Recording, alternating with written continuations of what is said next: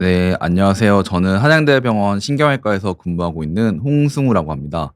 네, 만나서 반갑습니다. 오늘 제가 준비한 주제가 떨림으로 준비를 했고요. 이게 단순한 피로 문제일지 아니면은 뇌 속의 이상 신호인지에 대해서 준비를 했고요. 오늘 준비한 거는 일단은 이 떨림이란 게 어떤 건지부터 시작을 해서 떨림의 종류가 어떤지, 저희가 의사들은 이런 떨림에 대해서 진단과 검사를 어떻게 하고 있는지, 그러고 나서 치료, 약물 치료를 어떻게 하고 있는지, 제가 주로 맡고 있는 분야인 수술적 치료는 어떻게 하고 있는지, 그다음 아무래도 여기 들으시는 분들이 건강에 관심이 많은 일반인 분들이실 거기 때문에 뭐 일상적인 관리라든지 아니면 오해되고 있는 것들 조금 준비해 보았습니다.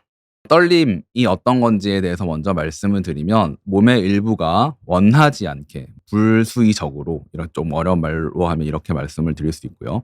반복적으로 움직이는 현상이라고 말씀드릴 수 있겠고, 조금 더 깊게 들어가 보면은 근육이 규칙적으로 수축과 이완을 반복한다. 근육이 보면은 뭐 2두 3두 이렇게 모으는 근육이 있고 펼치는 근육이 있는데, 이 근육들이 반복적으로 수축과 펴을 반복하는 현상 때문에 생기는 거라고 말씀드릴 수 있겠습니다. 떨림의 가장 흔한 부위는 손, 머리, 목소리 요렇게 돼 있고요. 뭐 엄밀한 의미에서 떨림은 아니지만 뭐 환자분들이 눈 떨림에 대해서 많이 물어보시기 때문에 그 부분에 대해서도 한번 설명드리도록 하겠습니다.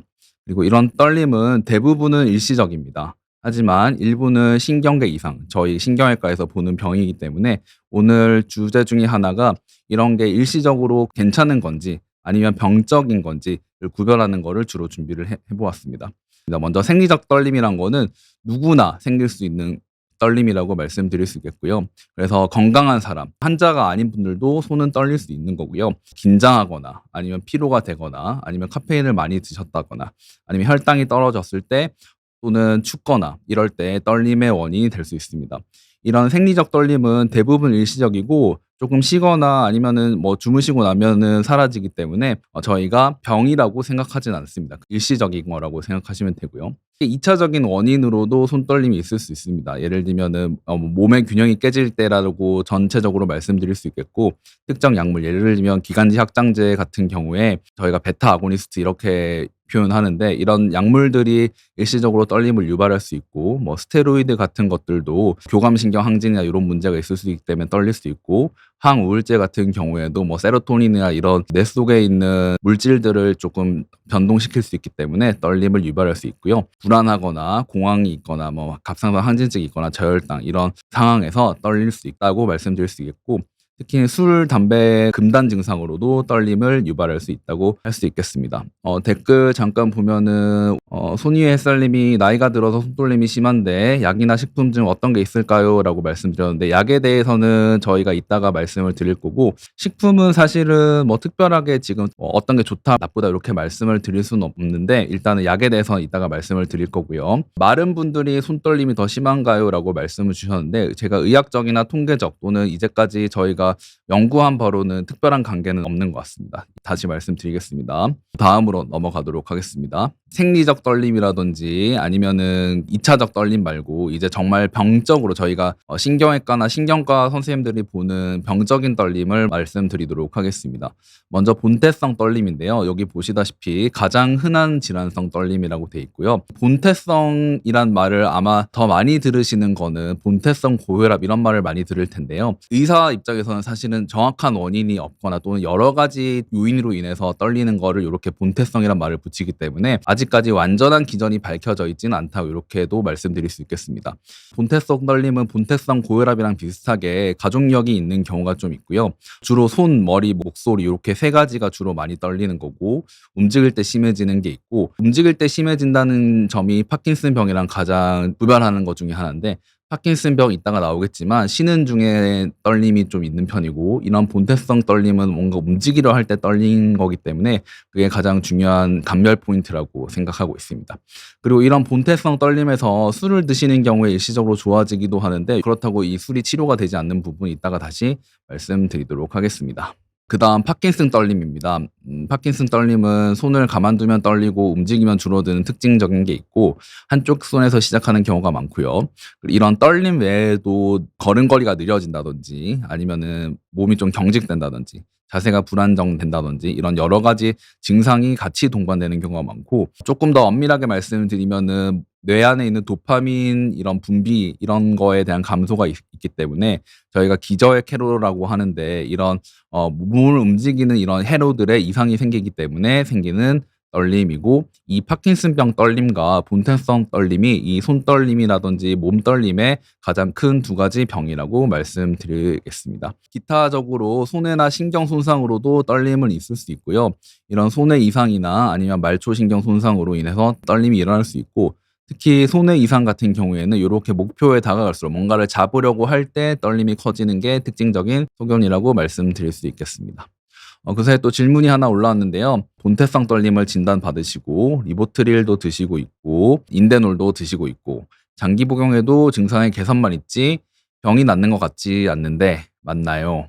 약 먹고 완쾌되는 사례도 있나요? 라고 조금 답답한 마음으로 질문을 주신 것 같은데, 솔직하게 일단 말씀을 드리면 이런 리보트릴이라든지 그 인데놀 요 약들은 증상을 개선하는 목적입니다. 아까 제가 본태성 떨림 같은 경우에 아직 병의 원인이 명확하게 밝혀지진 않았다고 말씀드렸지만, 가장 주요한 기전 뭐 하나 말씀을 드리면, 이렇게 몸을 균형 잡아주는 뇌는 소뇌가 역할이 굉장히 크고, 그다음 시상이라든지 다른 부분이 많이 도움을 줘서 몸의 균형을 많이 맞춰주는데요. 이런 몸의 균형 감각을 관장하는 뇌 기능이 조금 떨어지면서 오히려 이런 떨림과 관련된 세포들이 활성화돼서 이렇게 떨기 시작하는 건데, 이런 리보트릴이라든지 인데놀 같은 약은 이런 증상을 완화하는 목적이지 이 떨림을 근본적으로 일으키는 이런 뇌 신호 자체를 바꾸거나 그렇진 않기 때문에 증상을 조절한다는 약으로 말씀을 드릴 수 있겠고요. 그러나 이 약들이 중요하지 않은 약은 아닙니다. 제가 환자들한테 이런 말씀을 많이 드리는데, 떨림이라는 건 기본적으로 저희 신경외과에서 많이 보는 질환, 예를 들면 뇌종양이라든지 뇌출혈이라든지 이런 생명에 관련된 아주 위험한 질환은 사실은 아닙니다. 그냥 결국은 떨림은 기능적 질환이고, 환자분이 일상생활을 편하게 할 수 있는 게 가장 중요한 거기 때문에 이런 약을 드시고 증상이 완화되거나 아니면 이런 약을 드시면서 일상생활을 유지하는 것만으로도 약 효과는 충분하다고 말씀드릴 수 있겠고요. 반대로 말씀드리면 완쾌라는 말은 드리기 어렵지만 약 효과는 충분히 보시고 있는 거고, 증상이 심할 때 드시고 아니면 증상이 조금 괜찮으시면 조금 줄여보시고 이런 식으로 조절을 하는 것도 충분하기 때문에요. 그렇게 답변을 드리면 충분히 말씀을 드릴 수 있겠고, 혹시 더 궁금한 거 있으시면은 제가 답변 드리도록 하겠습니다. 그 사이에 또 질문이 올라왔네요. 아이스라떼 님이 질문을 주셨고요. 이것도 눈밑 떨림 곧 나올 거니까 요거는 간단하게 하고 넘어가자면, 눈밑 떨림의 대부분의 원인은 이런 피로하다든지 이런 겁니다. 왜냐면은 눈 주변에 있는 근육 자체가 굉장히 미세하게 움직이는 근육들이기 때문에 조금만 피로하다든지 아니면 전해질 불균형이 생기면은 금방 증상이 쉽게 나타나는 거기 때문에 눈 떨림이 있을 수 있고요. 나중에 말씀드리겠지만 이런 전해질 중에 이런 마그네슘이 근육의 수축이나 이완 이런 거를 좀 억제한다는 기능이 있고, 그런 것 때문에 먹었을 때 효과가 보신다는 환자가 많지만 모든 원인이 마그네슘 때문은 아니기 때문에, 마그네슘은 일부 도움이 되지만 저희 모든 환자에서 마그네슘을 쓸 수 없다 이렇게 말씀드릴 수 있겠고요. 영양제도 마찬가지입니다. 도움을 받으셨다는 환자분이 많으시지만 아직 의학적으로 영양제가 무조건 필요하다 이렇게 말씀드릴 수는 없겠습니다. 또 하나 질문이 올라왔군요. 제이님이 본태성 떨림이 있는 사람은 파킨슨병에 더 잘 걸릴 수 있나요? 두 질환이 연관성이 있는지 궁금하다. 되게 좋은 질문 주셨는데요. 저희가 학문적으로도 되게 관심 있는 주제입니다.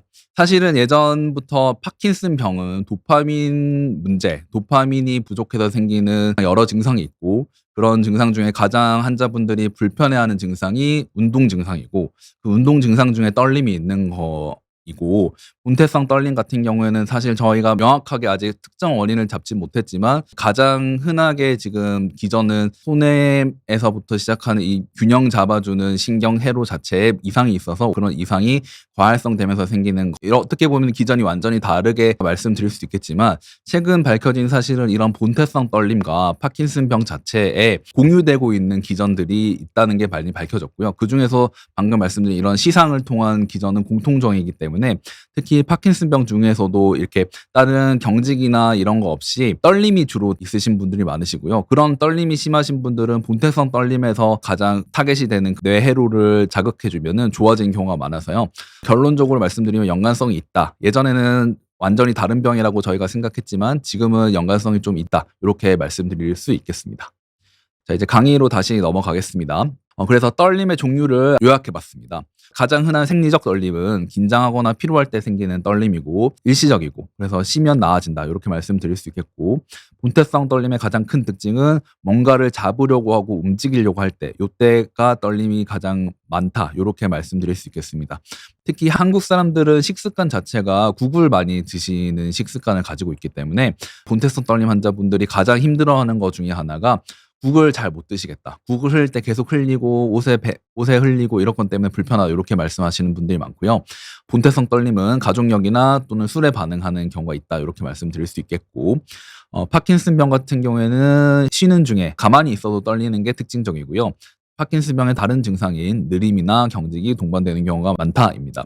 손해성 떨림은 우리나라에선 많진 않지만 이렇게 목표에 접근할 때 떨리는 게 특징이고, 그럴 때 진폭이 커지는 게 특징이고요. 다르게 약물 또는 갑상선 기능의 문제에 따라서도 떨림이 있을 수 있다. 이렇게 말씀드릴 수 있겠습니다. 네, 충분한 답변이 됐나 보네요. 제이님 감사합니다. 올려주셨고요.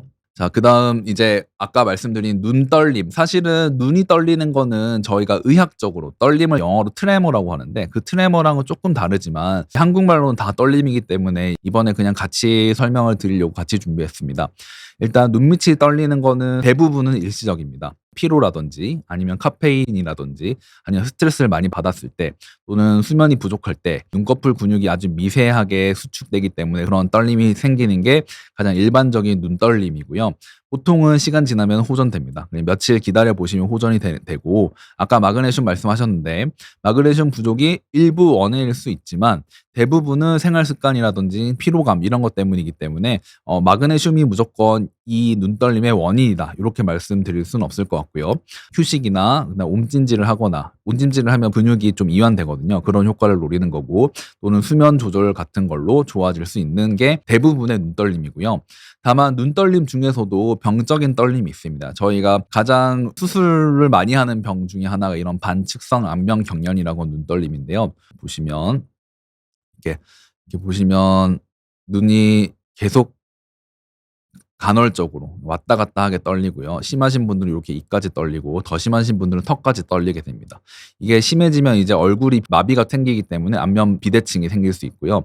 이 떨림은 반측선 안면 경련이라고 하는 병적인 떨림이고요. 눈 주변부터 시작된다고 말씀드렸고, 이제 심해지면은 입가까지 번지기 시작하고요. 뇌에서 얼굴로 가는 신경이 있는데 그 신경의 역할이 얼굴 근육을 움직이는 역할입니다. 얼굴 근육은 마음대로 움직일 수 있어야 됩니다. 왜냐하면 얼굴 근육의 가장 큰 역할은 표정을 짓는 거기 때문에, 또는 저작하는 기능이 있기 때문에 마음대로 조종이 돼야 되는데, 이런 혈관이 신경을 눌러서 지속적으로 자극되기 때문에 자기도 모르게 계속 경련이 일어나는 그런 병이라고 말씀드릴 수 있고요. 그래서 MRI에서 저희가 압박되는 그런 혈관을 확인할 수 있습니다.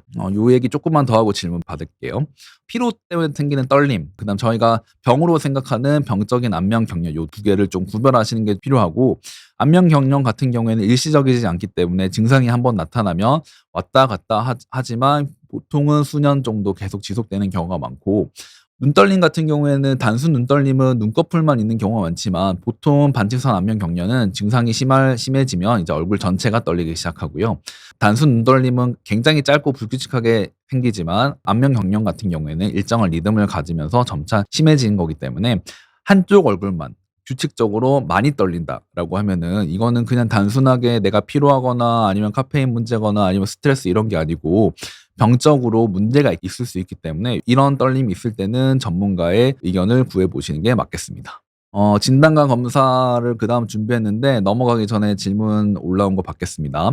제가 강직성 척추염이 있는데 딸이 최근 대학병원에서 같은 질환 가능성이 있다고 진단을 받았습니다. 딸도 저도 손떨림이 심하시다. 강직성 척추염과도 혹시 연관될 수 있냐? 편두통도 심하다. 이렇게 말씀 주셨는데, 일단은 제가 아는 범위 안에서 강직성 척추염 자체와 떨림이라고 하면 지금은 본태성 떨림을 말씀을 하실 것 같은데, 이 본태성 떨림이 직접적으로 관련이 있다라고 하는 증거라든지 이런 게 아직은 있진 않고요. 다만 강직성 척추염도 가족력이 있는 대표적인 질환이고 본태성 떨림도 가족력이 있는 대표적인 질환이기 때문에 그런 가족력이 있을 수는 있겠지만 이 떨림이 정말 병적인 떨림인지 일단 구별이 좀 필요해서 일단은 진료를 좀 받아보셔라 이렇게 말씀드릴 수 있을 것 같고요. 그다음 편두통. 편두통은 사실은 또 조금 다른 얘기입니다. 물론 편두통도 가족력이 있는 경우도 있습니다. 그렇지만 편두통도 워낙 구별을 다양하게 하고 있기 때문에 이것도 확실하게 지금 편두통에 대해서 진단을 받으셨는지 그거에 대한 적절한 약물 복용을 하고 계시는지 먼저 저희가 파악을 해 봐야 될 것 같기 때문에 만약에 이런 떨림 증상과 그다음 머리 아픈 증상 자체가 일상생활에 뭐 따님이든 지금 시청자분이든 불편감을 느끼신다고 하시면 일단은 전문가의 진료를 먼저 받아보셔라. 이렇게 말씀드리는 게 제가 드릴 수 있는 최선의 답변인 것 같습니다. 네, 다음 질문 넘어갈까요? 선생님, 그러면 제 임의로 피로시만 먹어도 되는지 주로 한 달에 한두 번 친구 모임과 친족 행사 때만 필요합니다. 만남 몇 시간 전에 먹어야 하는지와 리보트릴과 인대놀 같이 먹으면 되는지 이전에 그 질문 주셨던 분이신 것 같고요.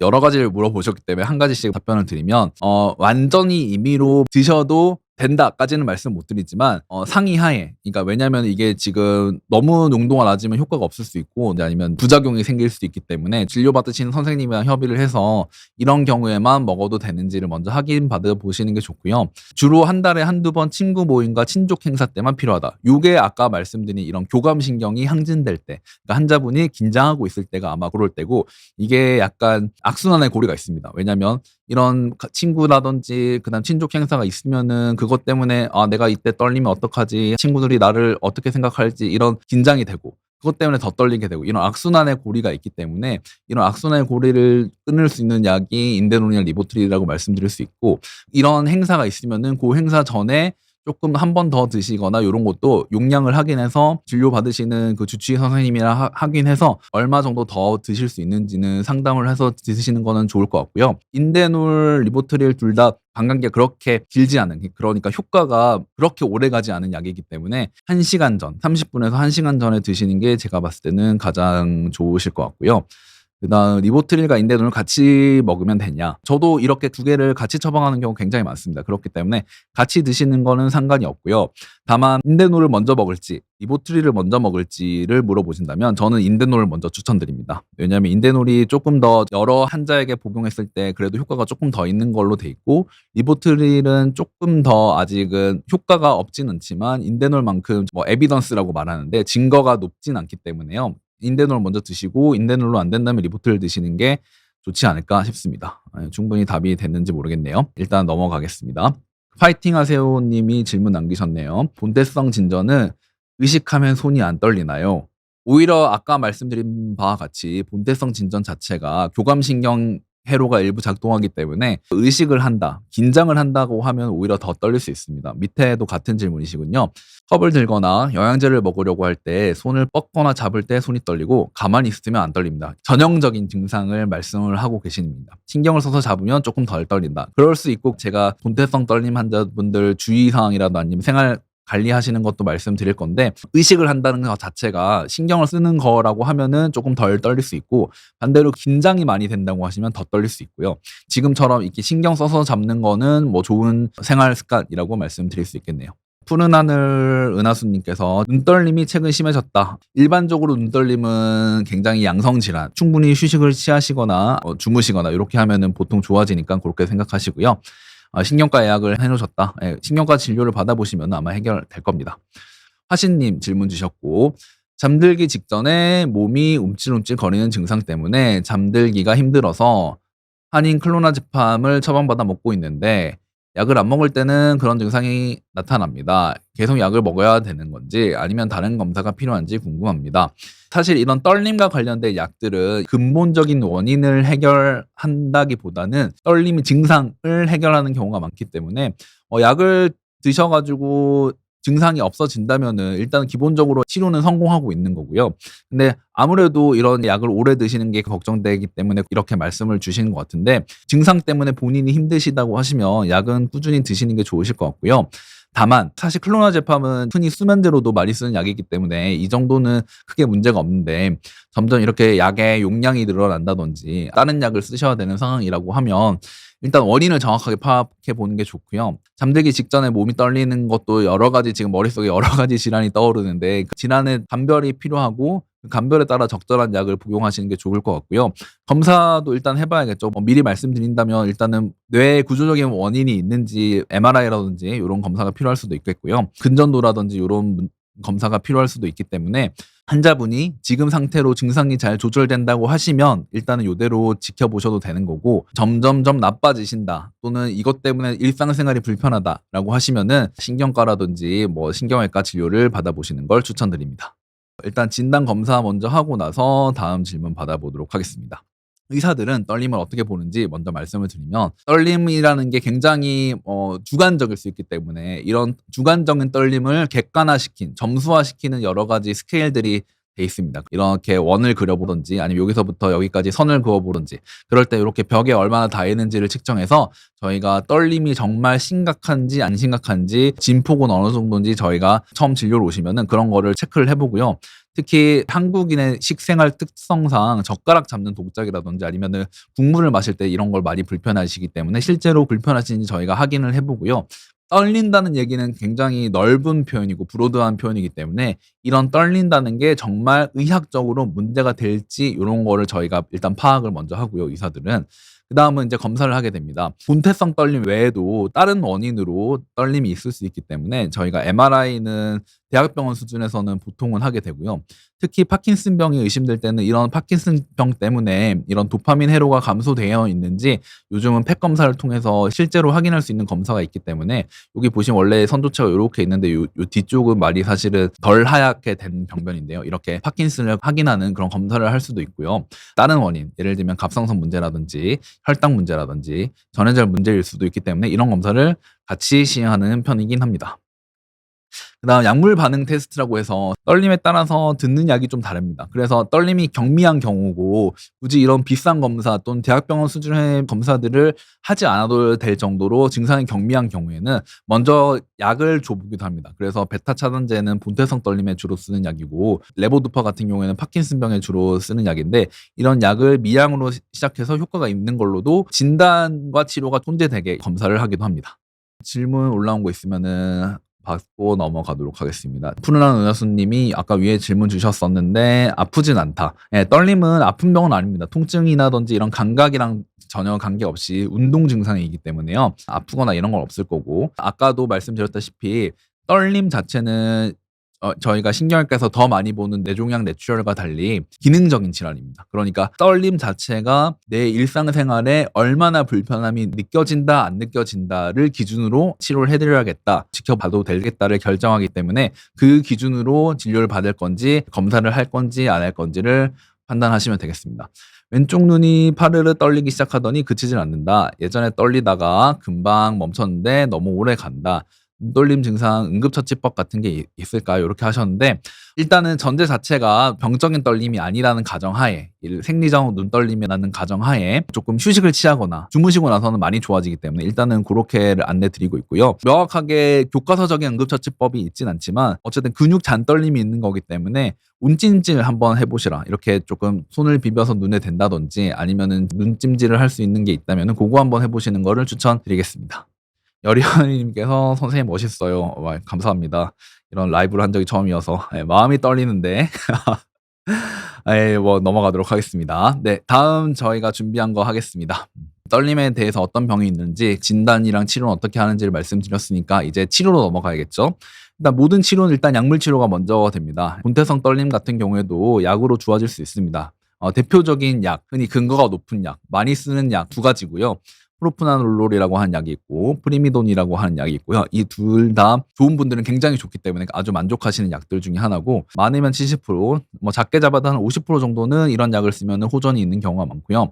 다만 조금 섬액이라든지 졸림이라든지 어지러움, 흔히 이렇게 말씀드려요. 너무 까라져요, 이렇게 보통 많이 말씀하시거든요. 이런 부작용이 있기 때문에 약물 용량이라든지 어떤 약을 먼저 쓸지, 아니면 아까 말씀드린 리보트리라든지 이런 약을 언제 시작할지 이런 거를 저희가 조절해 드리고 있습니다. 그다음 파킨슨병 같은 경우에는 워낙 약이 다양합니다. 파킨슨병은 약을 잘 써야 되는 대표적인 질병 중에 하나고요.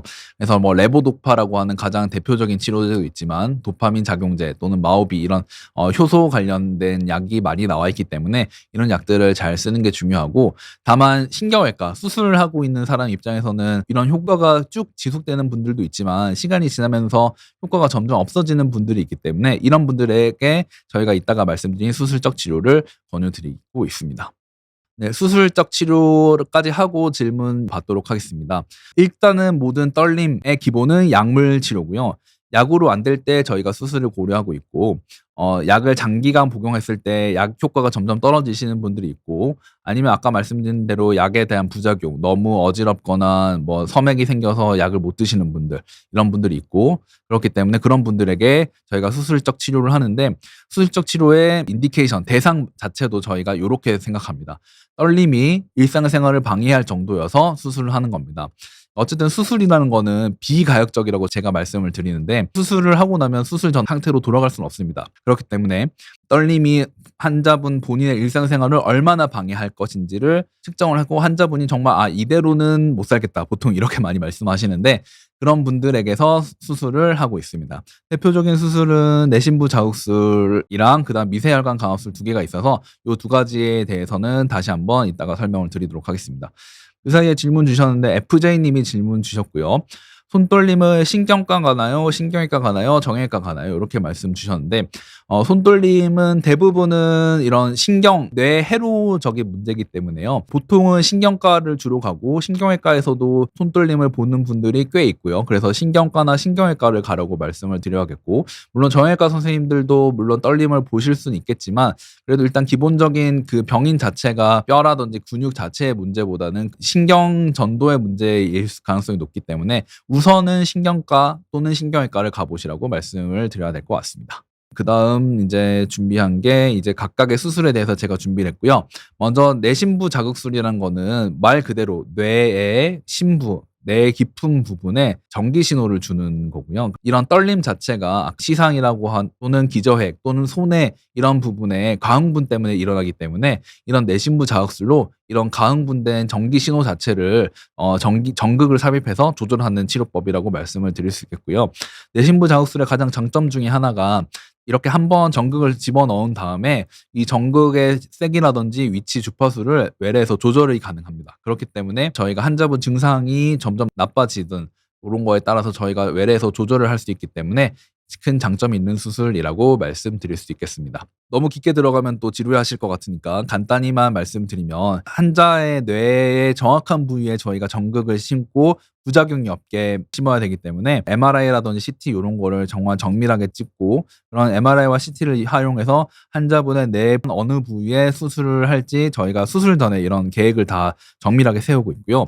그런 다음에 많이 힘드신 분들은 주무시고도 수술하지만 내심부 자극술은 보통 각성 수술, 깨어있는 상태로 많이 할 수 있고, 또 깨어있을 때의 장점은 환자분이 증상이 얼마나 좋아지는지 실시간으로 확인하면서 조금 더 정확하게 전극을 집어넣을 수 있기 때문에 이렇게 많이 저희가 수술을 하고 있고요. 그래서 수술하고 나서 엑스레이인데 보시면 이렇게 머리 안에 전극이 두 개 들어가 있고요. 이 전극을 움직이는 그 배터리, 전원 자체가 가슴에 삽입을 해드리는 수술이라고 말씀드릴 수 있겠습니다. 손떨림, 이런 파킨슨 이런 병 말고 아까 눈떨림 중에서 반친성 안면 경련이라고 하는 병이 있다고 말씀을 드렸고요.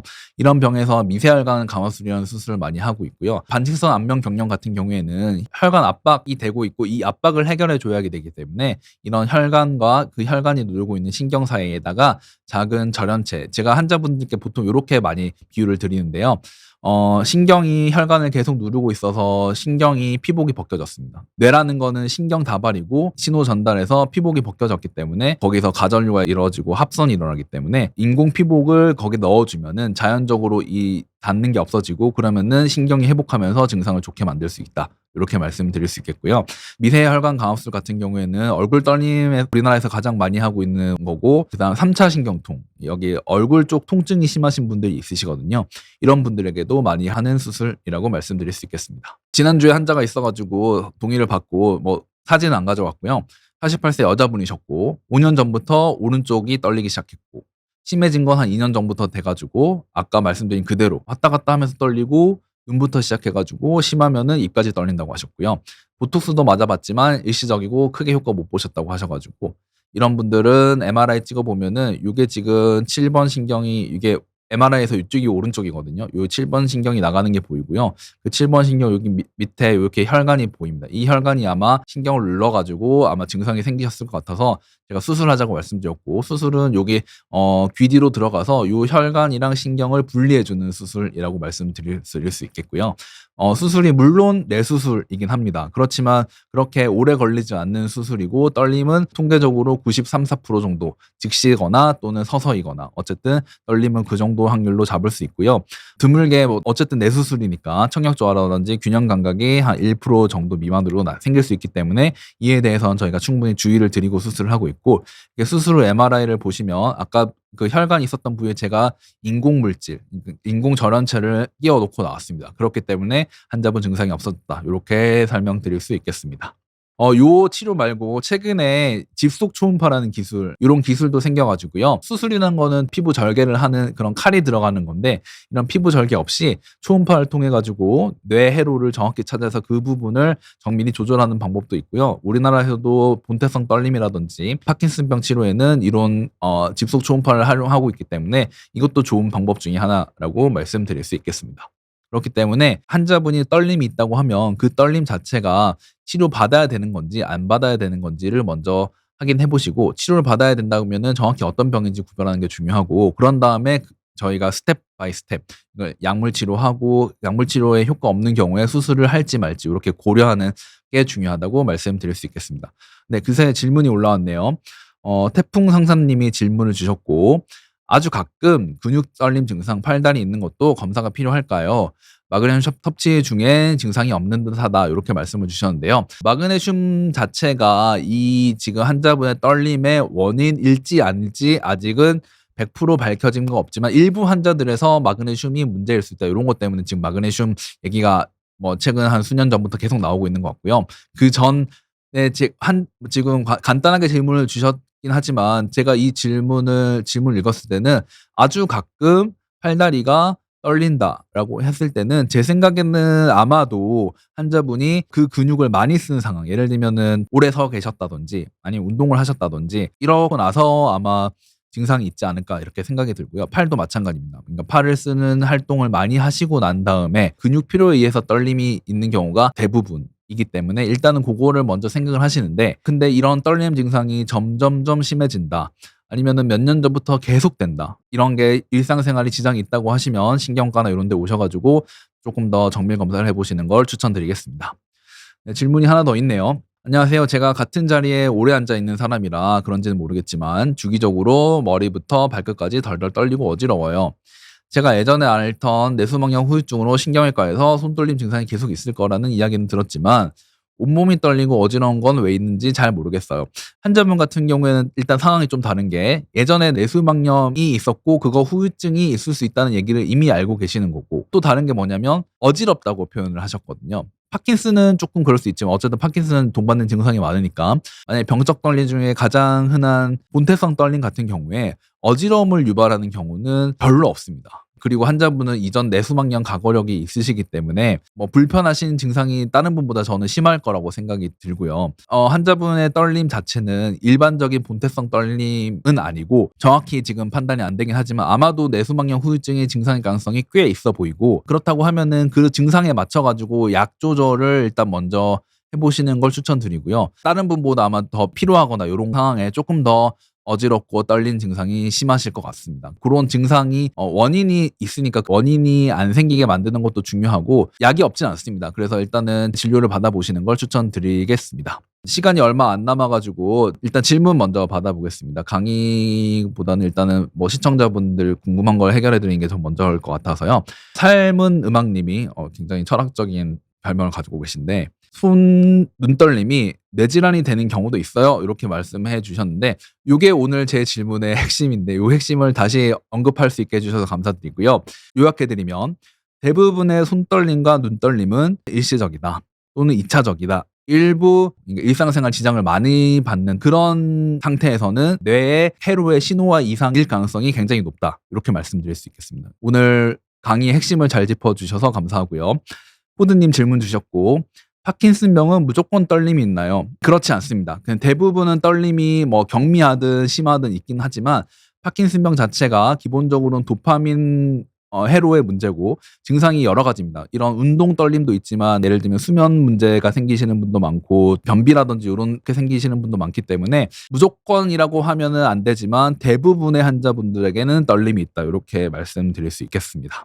나머지 준비한 거 간단하게 말씀드리면 일단 이렇게 뭐 이렇게 커피라든지 요런 원인을 쪼끔 배제하는 게 중요하다. 충분한 휴식, 규칙적 식사 요런 게 기본이고요.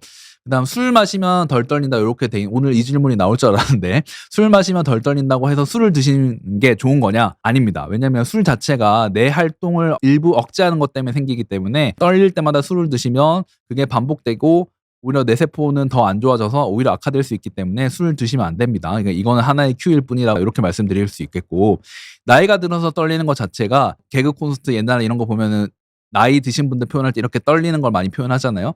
그런 것처럼 나이가 들면 떨릴 수 있지만 그 떨림이 일상생활에 지정을 주는 것 자체는 병적인 거고 그거에 대해서는 저희 의사들이 도움을 드릴 수 있으니까 그거에 대해서는 치료를 받아라. 요렇게 정리해 드릴 수 있겠습니다. 약은 내성이 있으니까 조심하셔야 된다 요거고 그 안정감이 증가되게 쪼끔 무게 있는 펜 요런 거 쓰는 게 좋고 근육 운동을 좀 해 주시는 게 좋으시고요. 그리고 마지막 요 페이지는 제가 그래도 시간이 없더라도 한번 말씀드리고 넘어가도록 하겠습니다. 그냥 떨림은 이런 나이나 다른 문제가 아니고 신경 신호 문제, 병적일 수 있다. 요렇게 말씀드리고 대부분은 약으로 조절되지만 필요한 경우에는 신경외과에서 수술을 해 드릴 수 있다. 요렇게 말씀드릴 수 있으니까 결론적으로는 진단을 빨리 받고 꾸준한 관리를 하면 환자분의 삶의 질이 크게 증가되니까 전문가들과 상담이 필요하다. 요렇게 마지막으로 말씀을 드리고 오늘 강의를 종료하도록 하겠습니다. 네, 청취해 주셔서 감사합니다.